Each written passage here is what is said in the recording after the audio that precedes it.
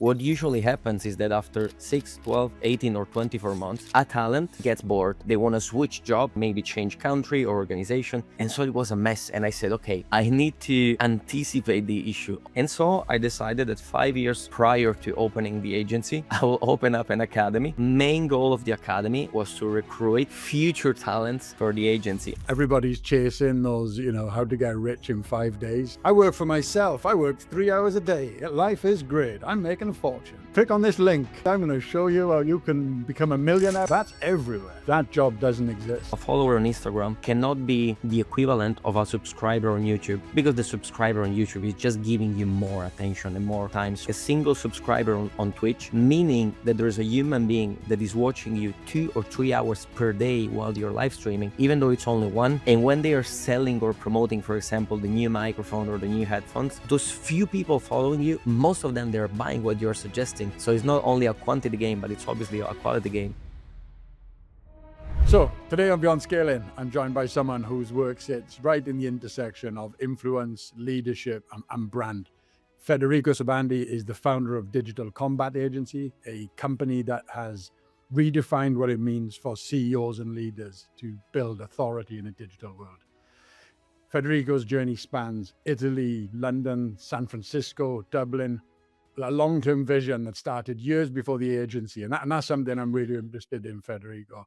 So today I would really want to explore that journey and the philosophy behind founder-led brands, and ultimately the hidden struggles that leaders face when trying to scale visibility while scaling a business. Thank you very much for joining me, Federico. I appreciate it very much. So thank you for inviting me over, and obviously congrats to you for even taking the time to organizing something like this, because as you can imagine, not that many founders find valuable investing free time into having chats with other leaders, even though we perfectly know that in today's market, having conversation and having people listening to our conversation, it's already part of our business journey. So congrats to you. No, I appreciate that, man. I appreciate it very much, Federico. I'll be honest, when I started it, I thought I'd give it a go. I've enjoyed it so much more than I anticipated. And I was expecting to enjoy it, but I've spoken to so many great people. I mean, look, like yourself now, that like the journey you've been on, I'm really looking forward to this conversation. And you just don't get this opportunity every day. So I feel quite privileged to be able to have you in a room. I appreciate it. Probably it's because people usually see things only in the short term and not in the long term. Also, they think that they can interview 3 people and there will be prospect hanging like on trees after only 3 interviews, just because they listen to 3 interviews. But it's not that easy. And most of the time, it's not even the people listening to the podcast, it's the people within the podcast itself, because it's also a networking tool to get to know each other, and you never know what can happen along the way, right? Yeah, absolutely. I do know what, I've met some great people from the podcast, and you get to know each other quite well in a short space of time. And yeah, I stay in touch with a lot of the guests that I've had on. So hopefully that's the same here, Federico. So Nice. Federico, take me back to the moment before Digital Combat Agency existed. And what was the Sure. spark that made you commit to this path? So first and foremost, when I was at the university, just studying, just a regular student in communication at La Sapienza in Rome, in Italy, the crazy thing, Lloyd, the crazy thing is that back then at the university, our teachers, they were trying to push us first and foremost into journalism, and second into print journalism, because they were, I mean, all people thinking that print journalism would survive across the ages. And in my mind, I felt that it was so wrong, because clearly, even though it was only 2009, clearly the world was going towards a different direction. And so luckily, I found time and energy, as you're doing right now, to do something extra. And so I started like running a side project on digital marketing, when I was doing a bit of social media and a bit of advertisement and a bit of SEO. And luckily, only thanks by doing this, and also by investing in my own personal brand. Back then I was investing time into building up my Twitter profile. And so basically, not only because I graduated and I've learned some theoretical things at the university, But because I've invested and I believed that my career will be obviously based upon the main channel, which was digital, and luckily, so I invested some energy. I've learned some things, and then thanks to those basic knowledge, I got my first job, and then I started my career. Wow, that's quite impressive foresight there because I mean 2009, I mean iPhones were only a couple of years old. Social media was very new. I don't know if I was even on Facebook or Twitter at that point. It just wasn't something. So you had that vision early, which obviously helps. And your academy started years before the agency, right? So what did those early days teach you about people, talent, and long-term thinking, I suppose? hmm So, well, probably everything it started at the university because I saw that the let's say the traditional way, Lloyd, to teach people how to enter the job market was broken. Something was missing because the teachers were not able to be the bridge between talented students and the real needs of real companies. So already back then, I saw an opportunity, I saw a need. And then I started my career in digital marketing. I worked in different organizations, but the main ones were always digital marketing agencies. And I saw that also those agencies, most of the time, they had an issue, which was talent acquisition. Because if the university is not able to provide the talent that you need to provide services for your clients, and at the same time you don't have an internal academy, well, but you still need young people to recruit. So I saw that the university was broken. I saw that digital marketing agencies were constantly in need for new talents. And also, because of the fast pace of the work within an agency, what usually happens is that after 6, 12, 18, or 24 months, a talent a talent gets bored because it's doing most of the time the same things. So not only you need to acquire a lot of talents, but those talents, once they are inside, most of them they want to switch job and do like the and enroll into the job hopping dynamic and see other things and maybe change country or organization. And so it was a mess. And I said, okay, when one day I'll be opening up my agency, I need to anticipate the issue. Otherwise, I will encounter the same problems. And so, in my mind, I did what an entrepreneur in the United States, which is called Gary Vaynerchuk, once said within a video. And he said that one day it was usually providing extreme point of views, but one of them was interesting. And he said, Lloyd, that one day the value of learning straight from real companies will be so high that student will be willing to spend money to work within the biggest agencies. I know it's crazy. Usually you get money to work within an agency. But what he was saying is the following. If you are willing to invest money into the university and the university already is not providing you with the right education, maybe you can allocate even 50% of those tuition fees to an agency that for 6 months will bring you and get you from zero to being literally like a solid junior figure in that space. So I said, okay, this cannot be applied in Italy because even the public opinion will not accept students paying to work for an agency. So I need to figure out like let's say a compromise, like a balance in between like this objective and the reality of Italy. And so I decided that 5 years prior to opening the agency, I will open up an academy. So in theory, people are still paying to me like a small fee, but the main goal of the academy was to recruit future talents for the agency, and somehow it worked. It's a very intelligent long play, and in a world today where everybody's after a quick win, right? Everybody's chasing those, how to get rich in 5 days. Click five buttons and you're going to make yourself a millionaire. To have the no, the patience to play it out like that. I think it's very smart, Federico. I'm very impressed by that story. We spoke about it briefly before. I think to have that foresight and clearly it's paid off, right? I mean, how many freelancers do you have a relationship with that you can tap into when Mhm. required? So actively in 2025, we reached a total of 33 active freelancers. And the beauty of the academy that we have launched for 5 years between Rome and Milan is that I still have like an Excel sheet with precisely 263 people that, in case of need, I can reach out to. Obviously, not all of them, not all of our former students became freelancers, but something beautiful happened along the way. And it was something that we already touched upon privately, which is that let's say that 50% of those people became freelancers. So in theory, I still have 130 people in total to reach out to. But in my mind, even though I'm quite optimistic, in my mind, I thought at the beginning that the remaining 50% will be lost talent, because I will not be able to, let's say, exploit in any way, shape, or form this talent. But what happened is that we found out that those students, they matured, they grew, they got their career within companies, and they became leading figures within digital marketing teams into like small, medium, and big brands.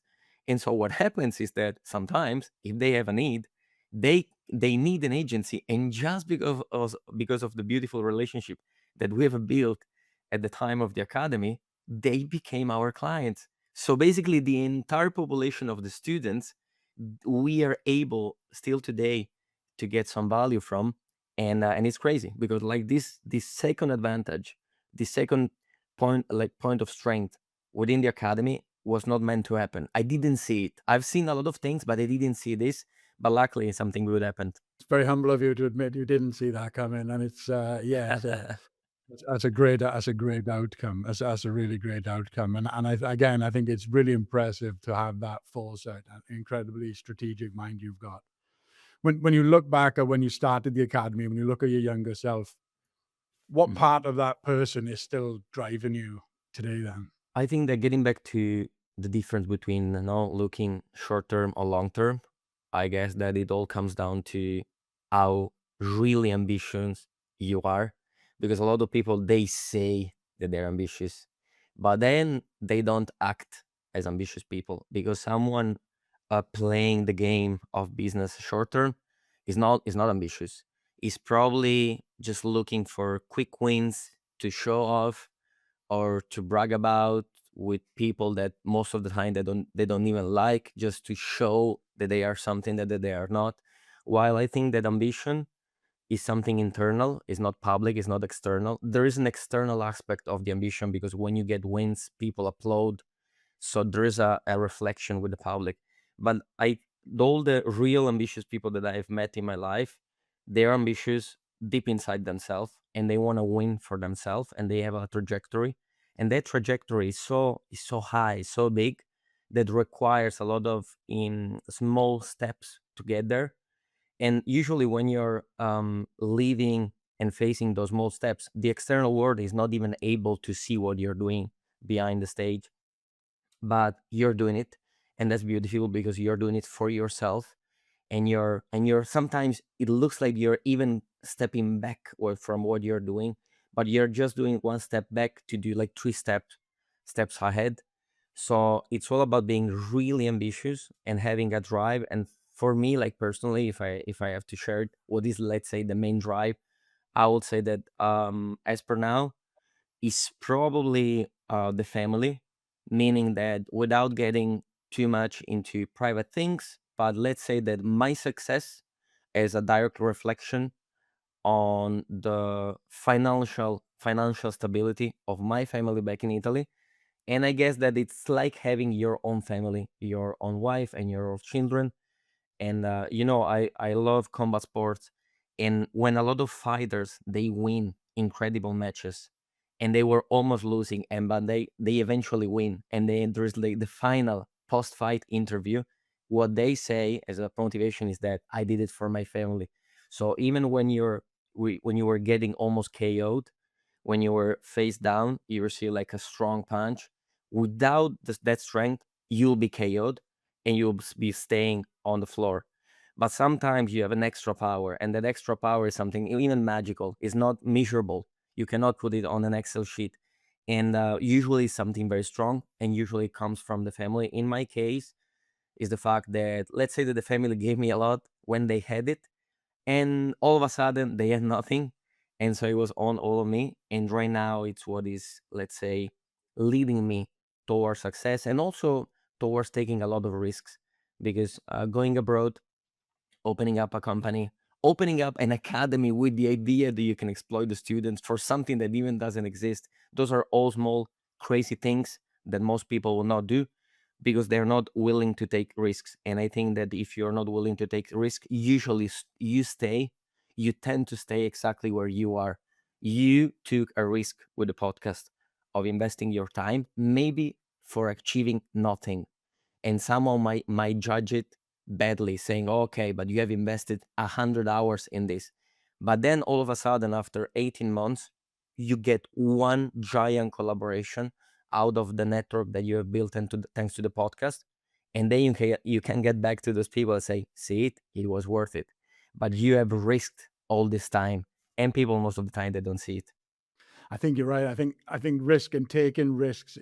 If you look at you know people who are successful, business owners that are successful, the vast majority, if not all, have taken a significant risk at some point. They've taken a significant risk at some point, and they've put it all out there. I mean, myself, I left a corporate job. I could have put my feet up. To be quite honest with you, Federico, it was a very comfortable job. It was a great company. There was, I had the car, the salary, and the pension, and everything was. The writing was written on the wall. I could have sat back there for 35 years and worked 9 to 5 and barely broke a sweat. But I think that for me personally, I feel more alive when there's something on the line, that's what motivates me. I enjoy when I'm up against it, which is a strange thing to say, but when my back's against the wall and I'm fighting for survival, it feels like sometimes, that's when the best comes out in me. But when you look at the industry, Federico, from your vantage point, how has the world of founder-led branding changed in the past few years? Because I mean, it's never been easier to start a business than it is today, right? Mhm. There are an abundance of entrepreneurs and solopreneurs and all these different terms online. Ultimately, people starting businesses, going out there, going at it alone. What would you say is what's changed the most for branding and your self branding, if you like, in the last few years? Mhm. Well, I think that it's only a reflection of how individualistic the society is getting. Probably also thanks to or due to two phenomena, which are social media and capitalism. The direct combination of those two big elements is leading people to be willing to be at the center of the stage, and almost anyone is in as the mindset of being an entrepreneur, but most of the time they don't understand what it implies. They only want to get the best of it, which is not having a boss. But obviously it's not only about not having a boss, it's also about taking responsibilities and feeling on your shoulder all the heavy duty of doing the work also for your team, and finding the clients, and paying the taxes, and doing a lot of things that people from the outside, from the world of the employee, the traditional employment, they don't see it. They think that it's easy. So I think that there's a lot of ego and vanity into saying to the world that you are the CEO of something, and although people get tricked into this narrative. Also, I think that Hollywood made a bad job into building the social network, like the movie, where basically it looked like anyone with a hoodie and a good idea and a rich friend can become the next Zuckerberg with Facebook, which obviously is not true. And I saw it literally in across those years, 2009, 2010, and the following years, when Facebook basically arrived in Italy, because as you know, we are quite bad at English in Italy. So what happened is that between 2008 and 2009, Facebook was translated in Italian, and so it arrived in our country.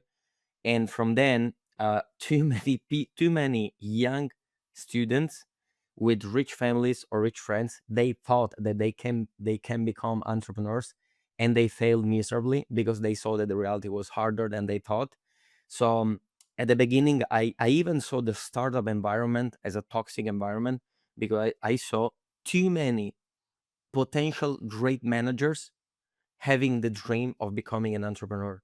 Now, we need entrepreneurs in the real world, but we also need managers. And being, as always, Gary Vaynerchuk was saying, being the number 7 at Facebook is still better than being the number 1 at something that doesn't work. So being a manager is not being something less than the external world. As you were saying, you had like a great position, and I'm sure that you made more money than most of, for example, startup founders. So it's obviously about looking the full picture. And the reason why right now a lot of brands comes from, let's say, VIPs, celebrities, strong personalities, or people with a strong personal brand, is that because the communication again is reflecting what the word is leading to. And a lot of people, they're always more interested in older people and not older brands. And that's why if you have like a strong personal branding, it's, let's say, it's a good starting point to build your own brand, because at least you have already built like a following that is following your narrative. And that's why, for example, for me, it was easy to name my firm Digital Combat Agency without seeming to be like completely crazy, because already the academy was named Digital Combat Academy. And since I was 17, and since I started doing social media content, I've always shared the story that I did combat sports. So it was completely coherent with my personal narrative, the name, and the values that I was trying to bring into my digital, let's say, practice as a digital strategy, as a consultant. So that's why I think that there's a lot of things, moving parts in the world that are leading always more and more towards that direction, which is individualism, the need to be at the center of the attention, and the romantic idea that being an entrepreneur means that you don't have a boss, so you are the boss, and then life will be easier for you, which is not. I will say that if you're a good entrepreneur, life gets better than being a great employee. But being a great entrepreneur is not easy. So I think that it's our job, even with this conversation, because you never know that maybe a youngster is listening to us and he or she has the dream of doing this. And we don't want to stop people's dream, Yeah. clearly. We just want to share some bits of reality to give people all the elements to make the right decision for them. Yeah, I agree, and I think that I've spoken to a lot of founders, a lot of CEOs, and there's a lot of there's a big culture online, right? If you take a step back, people, in my experience, Federico, right? I've had a lot of people work for me. I've worked with a lot of people, and around 20% of the people in any business I've worked with give it everything, right? And when I say give it everything, they turn up to work every day and they want that business to succeed. They really want that business to succeed. And the other 80%, they want to come in and do their job, get paid, and go home. And there's nothing wrong with that, right? You need that. But the 20% that come in and really want to make it succeed, of that 20%, for whatever reason, maybe half of them have what it takes to be a CEO or an entrepreneur. So the numbers are quite low. The challenge is when you look online and you look at LinkedIn, Facebook, what generates clicks, what generates attention is somebody stood there full of enthusiasm with a background in Portugal or Puerto Rico saying, I work for myself. I work 3 hours a day. Life is great. I'm making a fortune. Like, click on this link. And when you follow this link, I'm going to show you how you can become a millionaire working 3 hours a day. But that's everywhere. That's everywhere. And I feel like the 80% who don't really want to work, they see that and they're like, I like the idea of that. And then you're right, they'll take a risk and leave a perfectly good job to take that gamble and try and work for 3 hours a day to make themselves rich. That job doesn't exist. It doesn't exist. If you're going in, I mean, listen, when I'm an employee, I'm working 12 hours a day, right? I'm just that guy. Right? I'm hardwired for work. It's where I get my enjoyment, right? I'm as sad as that may sound. I've always enjoyed work. It's where I get my a lot of self worth from. I'm very competitive, and that all ties into my career. I got my family, and that's obviously number one, right? But where my hobby, if you like, is work. I don't do sports. I don't play sports anymore. I don't do anything like that. I used to box. I don't do anything like that anymore. And so I know when I was making a step into working and setting a business and working for myself, I knew I wouldn't be working 8 hours a day. I knew I wouldn't be working 12 hours a day.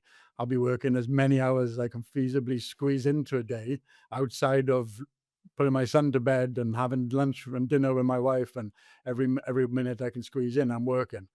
And I think that culture online of the get rich quick schemes out there, I think they've got a lot to answer for. Yeah, and I think that they know that they're selling a dream. They also know that the dream is not real. And just because they might be living that life, it doesn't mean that it's easier to like pack it, sell it, and then having other people doing it. And do you know what is fun? Um, that most of these people, they are not actually making money as freelancers, and then they teach you how to be freelancers. They usually make money out of selling courses and classes and master classes and live webinars on how to be the right freelancers. But that's a contradiction, because that means that if I remove from your, let's say, income, the amount of money that you're making just by selling courses, and I literally remove the education from your business, there's nothing else. So you're selling me something that you're not currently doing, because probably if you were like a great freelancer with great clients, you will not even have the time or the willing or the need to pack it up and somehow sell it to other people, because then you're not an educator, you're a freelancer, you're a worker. So it's interesting when you go deep dive into these people, you see that most of them are like some like more or less scammers, because they're selling something that they're not actually doing, or 10 secrets on how to become rich. And then you see that they're rich only because they're selling courses again. So and I feel sorry for all the youngsters that they lose track of their real ambitions, and they got sold this dream, because most of the time, do you know what happens? They lose money, and they also lose time, because if you're following this stupid dream for 2 years, what you don't see is that you're losing 2 years of practical career, maybe within a company that would have allowed you to get skills and connections that maybe after 2 years would have led you to having like a proper career as a freelancer. But Yeah. I guess that it's easy. It's easy to sell that image and that dream. It really is. It really is. When you look at leaders in the marketing space, then Federico, where do leaders struggle most with being visible online? I think that we are all children from a specific point of view. That means that even though we are mature in theory and we should have our identity somehow perfectly structured, we are still very insecure. And this is leading still today, even some of our clients that in theory they are the C levels of like big brands. You should be listening to our conversations with those people, especially at the beginning when we are still trying to get the client. You'll be listening to so much insecurity by those marketing leaders. Do you know why? Because they are insecure about what the other people might think of them, which is something very high school like, that you're afraid to raise your hand and say something because of what other people will think of you. And then you think, oh my god, how is that possible that you are like the top manager of a big brand, so you have like a you have been 20 years into the game, but still you're maybe afraid to publish your point of view on this news, on these topics, on this topic in the agenda, on the AI, on an event that you have attended, on a speech that you have held, because of what your colleagues, maybe bosses, maybe clients, maybe partners, maybe collaborators might think of that, which is crazy. So sometimes our job as consultant, it's even to somehow unpack all those insecurities, bring some confidence, and then give these leaders like the tools to properly market themselves. because they are so good at telling to the others what to do online, but when they look themselves in the mirror and they have to do it for themselves, it's always harder. And sometimes they need like an external point of view to understand that there's always a way to communicate. And also, if you work in a company, and this can be applied to juniors, from juniors to seniors, and you're afraid of saying something on LinkedIn, for example, or in a podcast, well, that should be putting you in a position where you should be reflecting on the company culture where you're actually working in, because that means that they have created like a culture where you're literally afraid of saying something because other people might get jealous or might get mad that you're getting visibility, and that's not good. So sometimes, even though it's personal, it's called personal branding because it's personal, but it's a perfect reflection of your biggest fears that someone put into you, and sometimes is the people next to you. And that's why investing in your personal branding not only allows you to have external outlets to maybe one day found a company and have already some traction, or simply get visibility and maybe get closer to your next step into your career journey. Because even though we shouldn't say this, but few of our like clients, they basically get some extra visibility, and then they get some extra opportunities from HR people, and then they get a new job even though they were already having like a strong job. So it's all about like getting opportunities. But it's crazy to me still today how many marketing leaders, they don't publish nothing, they don't invest in their personal brand because of other people might think, I more think or less. if I pick up where you were, and one of the thoughts Yes. I had around the the online visibility as a leader. I think one of the challenges, Uh-huh. and I speak about this personally, one of the challenges I had with working in a corporate environment was you don't really get to be your true self. You don't really get to be truly authentic in a corporate environment or in any business, right? You work in there, you you show up every day. Your professional mindset goes on. I was a different person in the office to that of what I was at home with my family and around my friends. And when you're on LinkedIn, you've got that professional mindset, so you're constantly second guessing, what can I say? What can't I say? Is this going to get me in trouble? And in the end, it's easier not to post. Federico, until I started working for myself, I'd never posted on LinkedIn. And I've never posted a single thing on LinkedIn. I used to hover around. I never liked posts because just in fear of what people might think if I liked a certain thing. It was way easier to just remain neutral. And I was just lurking in the shadows of LinkedIn as opposed to being active. Is that Does that kind of sum up what you see with leaders where they're concerned about what they post? Yeah, absolutely. They're always afraid of what other people might think. They they suspect that even the closest and nicest colleague might get jealous because you might say something that it's normal for people working at that company, but maybe you're the only brave enough to say it. And it's not something that goes against the company. It's something like about sharing small nuances of the company, something that is not obviously covered by any NDA, but still, you're the one who took the leap into this new world. All the colleagues are watching that you're getting all the attention. And it's literally like having, I don't know, top models looking at each others and being envious of the fact that someone is getting more attention than the others. And it's crazy because you think that those childish behaviors should not be relatable to, let's say, a solid corporate environment. But at the end of the day, we're all humans. And so there's a lot of limits. But that's why, still today, even though it's 2025, we should not even have this conversation. But it's still important to have it, um, because not that many people are investing in their personal brand, even though more people than before are doing it.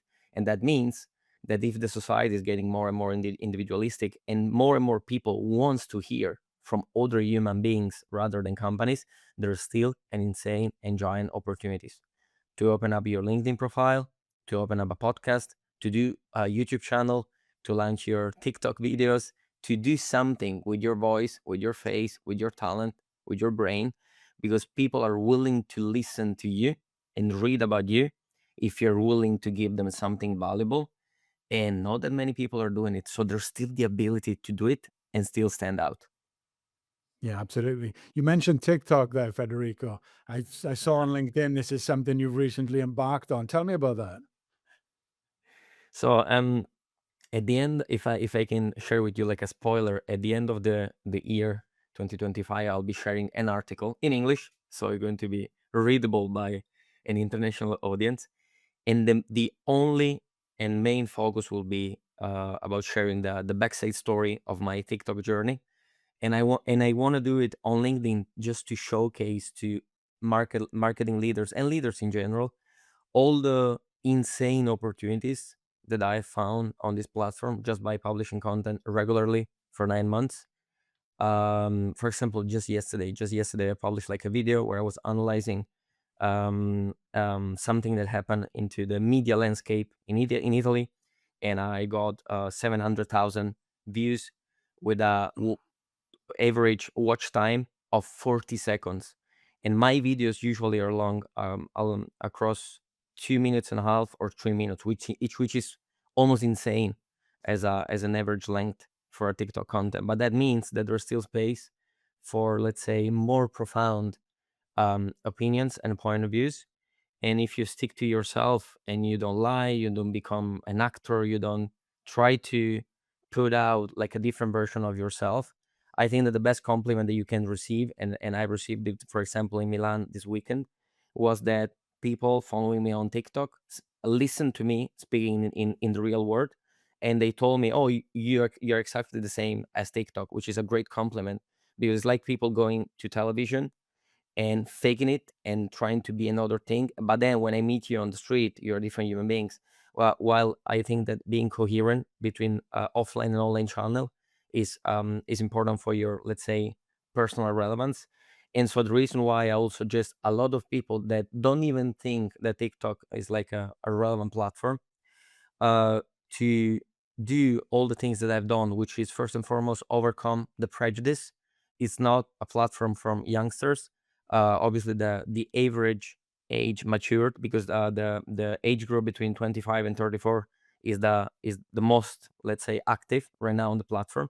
And there's a lot of potential partners, clients, and talents within this age group. And obviously, there's even older people. Also, what I've learned just by using the platform is that the algorithm within TikTok is the most meritocratic across all the different platforms, because you can start, Lloyd, you can start tomorrow with 0 followers, but if the content is right, TikTok will highlight it and bring it towards the feed of a lot of people. Also, it's not like LinkedIn that to protect our positioning, we have to all the time talk about the same things, which is, for example, in my case, digital marketing. If you will go on TikTok and solely and only speak about, for example, sales or digital marketing, you'll be boring. And after, I don't know, probably a couple of weeks, you'll be not getting any new ideas what to cover. And in general, you will get like little result. People are watching you and following you on TikTok also to get to know more about you. So even your previous reference to your boxing past, or small bits of running a company while being a dad, or the challenges of living into the UK. Those are all things that actually are related to you, they are true to you, and that makes you as a human being. And that's why if me and you will go to a dinner out, we will not only speak about probably sales or marketing, but we will have all this conversation. And because of the fact that you have to publish, let's say, almost every day, or at least 3 up to 5 times per week, you need all the time more elements and more ideas. And once you start publishing those content and you receive feedback, something beautiful happens, which is that you receive comments from people and you get constantly new ideas, even from human beings reacting to you. And you sometimes you publish some videos that you think, oh my god, if it wasn't for this single user of this DM that I received, of this thing that I saw in my working life or in my personal life, I will never had like this idea. But then it gets easier and easier to publish content. And what I will say as a conclusion is that, that a follower has a different value on any platform. For example, a follower on Instagram cannot be the equivalent of a subscriber on YouTube, because the subscriber on YouTube is just giving you more attention and more Mm. patience and more time. So it's getting closer to you. Whoever uses or has used, for example, Twitch, the live streaming platform, perfectly know this and knows that it's even more extreme. Like a single subscriber on Twitch, meaning that there's a human being that is watching you 2 or 3 hours per day while you're live streaming, even though it's only one, that human being is really following you. So that's why, for example, streamers on Twitch, even though they have like a little audience, but this audience is very engaged. And when they are selling or promoting, for example, the new microphone or the new headphones, those few people following you, most of them, they're buying what you're suggesting. So it's not only a quantity game, but it's obviously a quality game. Anyway, what I've learned comparing LinkedIn and TikTok is that, let's say that I've received in my life opportunities from both platforms. But if someone is following me on LinkedIn, they're only reading my text, because copywriting, I still believe this as of today. Copywriting is the main skill that you have to possess to dominate LinkedIn, because people are willing to read. It's like an email environment where reading things. People are willing to read even 2,000 character post on LinkedIn, but I'm still reading your mind. So I'm getting closer to you, but there's still a distance. On TikTok, you are forced to publish videos. So you're forced most of the time to show your face and the way you express things, the way you communicate your thoughts, small angles of your even life. And so, exactly like it happens on television, just because of the fact that the people are watching you almost on a daily basis, but for sure on a weekly basis, they are getting closer and closer to you. And when I almost measure the tone of voice, the passion, the level of interest that the people have when they reach out to me to do things, to open up venues for collaboration on TikTok, it's a different game, because people are already 3 steps ahead into getting closer to me and being literally willing to work with me, just because they somehow appreciated the person behind the screen.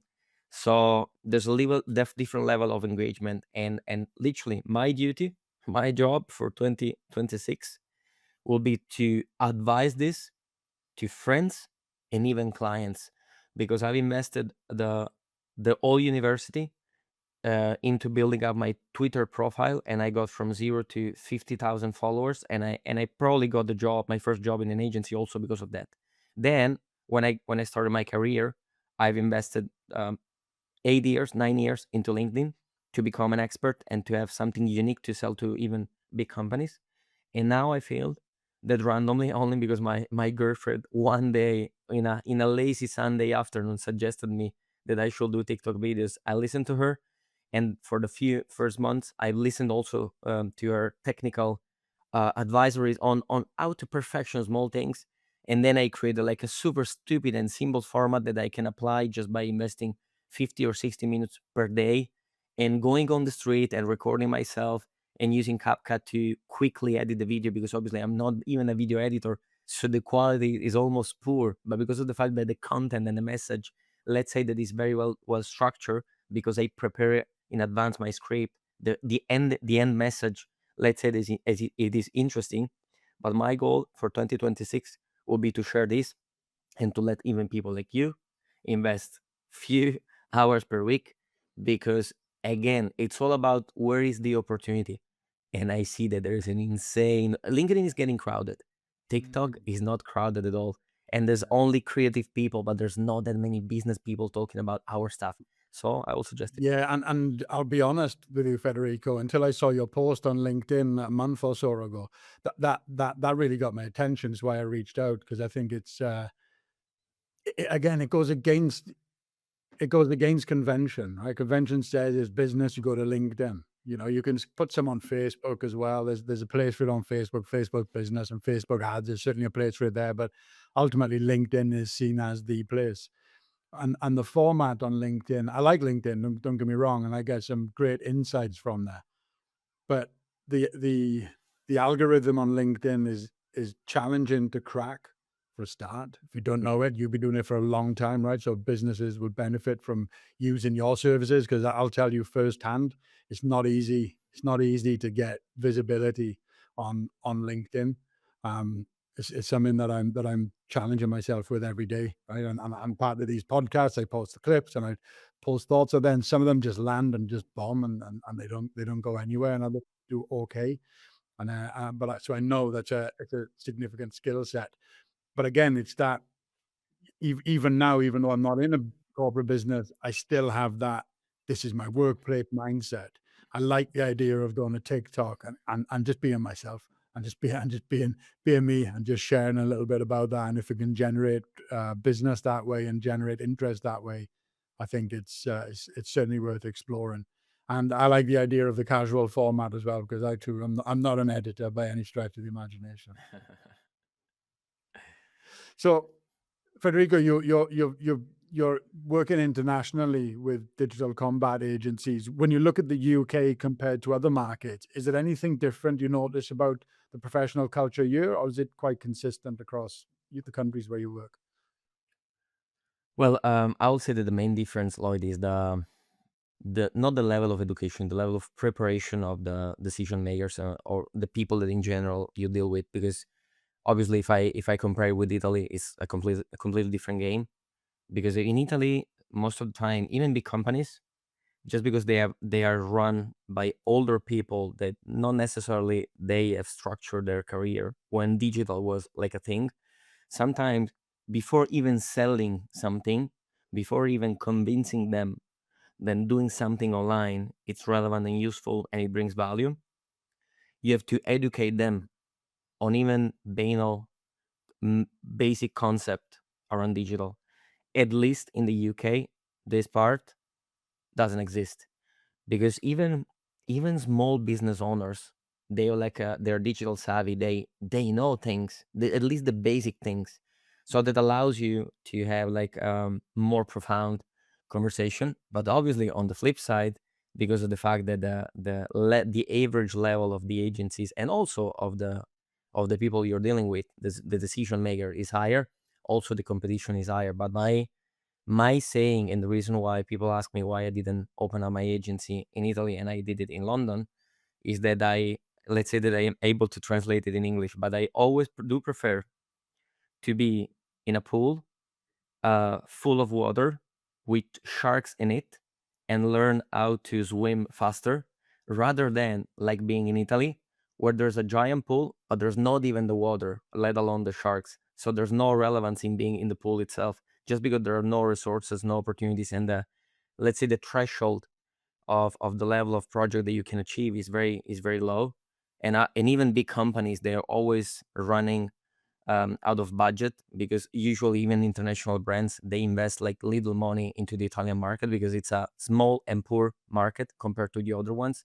And I think that my only advantage has been that I've worked for 3 years, Lloyd, in Milan, but for an English company, for a UK based company. And this company was operating in 21 different countries. So I saw it was like a game. I saw the differences between all the markets and all the sizes and all the even the fees. I remember that the US market was selling to clients things for a price that was literally 6, 8 times ours, and it was absolutely normal for them. And even at the end of the year, we were almost embarrassed in the Italian market because when all the countries were saying how much they have done at the end of the year as a consulting firm, even though we have done a great job, even though we were working with the best clients in Italy, we were still the smallest fish. We were, I think, only ahead of Austria, which is like a super small country. And so then I realized, oh, okay, so the problem is not the talent or the opportunity, is the perimeter in which we are trying to do business. And if there is no buyers, no consumers, the consumers are poor, the market is small, and the Italian language is only spoken in Italy, not like the English one, so the market is limited. So I'm ambitious again, and I want to take the risk of going to the UK, and it was worth it. How competitive are you, Federico? Well, I guess a lot, and as you mentioned before, you had like a boxing experience, And I guess that doing combat sports allows you to be competitive, just because of the survival instinct that you have to build to be in that environment. And I guess that once you develop that competitiveness, you also, if you are trained by the right coach, you also develop some sort of respect towards your opponent, which is not that common because, as you perfectly know, you might encounter, for example, in the finance world or in London, people doing investment banking, which for me are the pinnacle of the capitalism. People only and solely interested in making money, regardless of what they will be doing.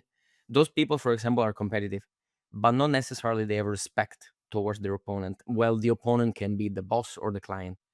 And in my case, I have like an insane respect for the people that I'm working with, because I know, because I'm pragmatic, that at the end of the day, if it wasn't for your money, I'll not paying my rent, if I have to sum it up. So there's like a lot of respect. So being competitive, it doesn't mean that I'm going to stab people in the back just to achieve something. I want to be competitive, but in the best way possible.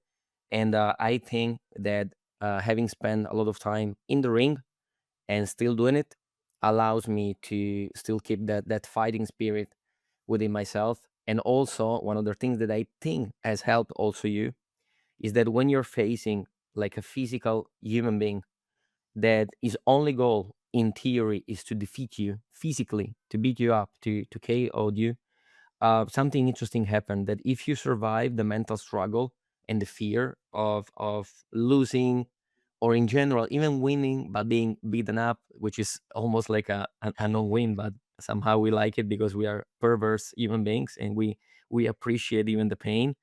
When you step out of the ring, something crazy happening to your mind, that you start comparing that crazy scenario, that extreme context, to anything else in life. And that's why having an interview with the HR at Google, or speaking in the television in Italy, or holding a speech in front of 200 managers, all of a sudden become not easy, but let's say a safe scenario compared to fighting against another human being. And that's why you start developing an internal calmness that allows you to do great things that are even unimaginable for a lot of people, because in your mind you think, okay, is this person at Google trying to interview me or fighting me? Okay, it's only a conversation between human beings. Okay, so if I'm prepared, things are going good. And if you start thinking like this, everything in life becomes easier. And combat sports teaches you one thing, one crucial skill, and that is, you're relying on yourself. Number one, right? You've got a team and you've got a coach, and it's definitely a team effort. But when you're in there, you're relying on yourself, and preparation. If you haven't put the prep work in, man, that night before, you're the fear, because you haven't done the miles, you haven't put the grind in. That fear kicks in, and that's a horrible place to be when you've done the hard miles, and you're gonna rock up, and you're 100% ready, win or lose, you're 100% giving it everything. Sleep like a baby. But without that effort, and that translates to business as well, right? If you walk into any meeting half baked, if you think the client's not going to notice, you're vastly mistaken. And any encounter I have with a client, I go way over and above and beyond what is reasonable before sitting down with that person. I want to know. I want to know everything about them. I want to know every in and out about the offer that I'm about to put on the table. I want every objection laid out. I want every response to that objection mapped out. I don't want any surprises. And if you put that preparation in, I think that's where you'll find success.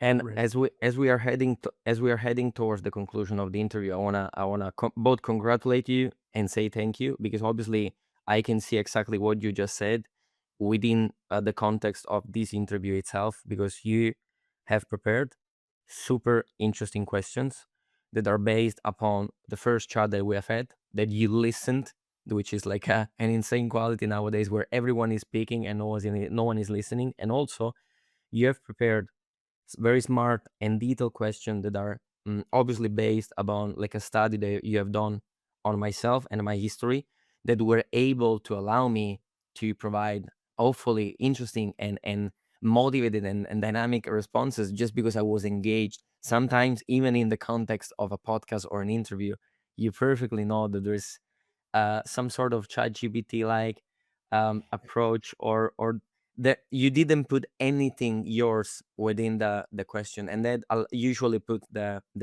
guest into a context where he or she is responding, but I'm not giving you my 100% because you didn't give me 100% into the preparation. So Yeah. this interview hopefully will be exactly the proof of what you just said, that there is always a value into preparing things.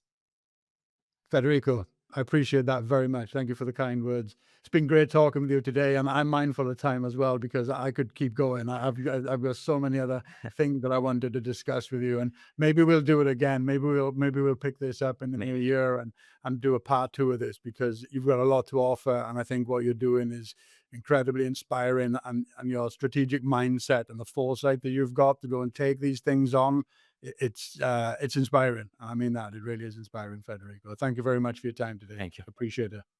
Thanks. Federico, see you around, my Ciao friend. ciao. Thanks. Ciao.